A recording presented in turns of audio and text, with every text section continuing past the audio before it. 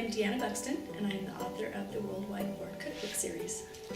Secret Recipes is a compilation of recipes from people all around the world. There's somebody in every state, and there's somebody from 32 different countries. People will love this book because it's more than a cookbook.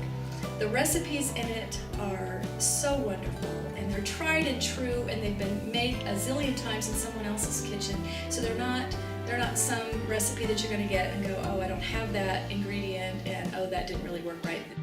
But the other thing is, the stories in the book make it a book that you would just want to curl up on the couch and read the book for the sake of reading the book. Choose my favorite recipe in any of these books is kind of like, it's not as bad as choosing a favorite child, but it's like choosing a favorite song or a favorite movie. It depends on what mood I'm in.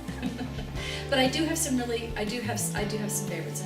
And one of my very favorites in the Secret Recipes cookbook is the blue ribbon carrot cake, and it's because of that glaze. I mean, I've always loved carrot cake, but carrot cake is just that, carrot cake. This recipe is more like dessert. It's like something you could get at some gourmet restaurant or something, only it's not gourmet difficult. There's a buttermilk glaze you put over the hot cake when it comes out of the oven. That soaks in, then you frost it with orange lace and cream cheese frosting. It's so good.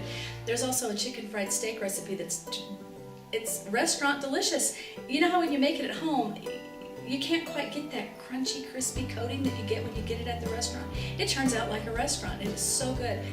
It's just so fun and satisfying to find that whether they live in Japan or Denmark or Texas or Canada, it doesn't really matter. We all have something in common, and that's our love for Jesus Christ and the gospel and our love of food. And it's so fun to find out why people gather and what they eat when they do. It's just fun to read about other people around the world, and the recipes, as wonderful as they are, it's like a secondary. It's like a nice bonus to the book. Each person gets to have their own say in, this is what I love, this is what we make at our house, this is my little contribution to this book, this is what I want to share with the world, and this is the story I want to tell you. And I think that's what makes the books wonderful, is it's not one person's point of view. It's as many different points of view as there are recipes in the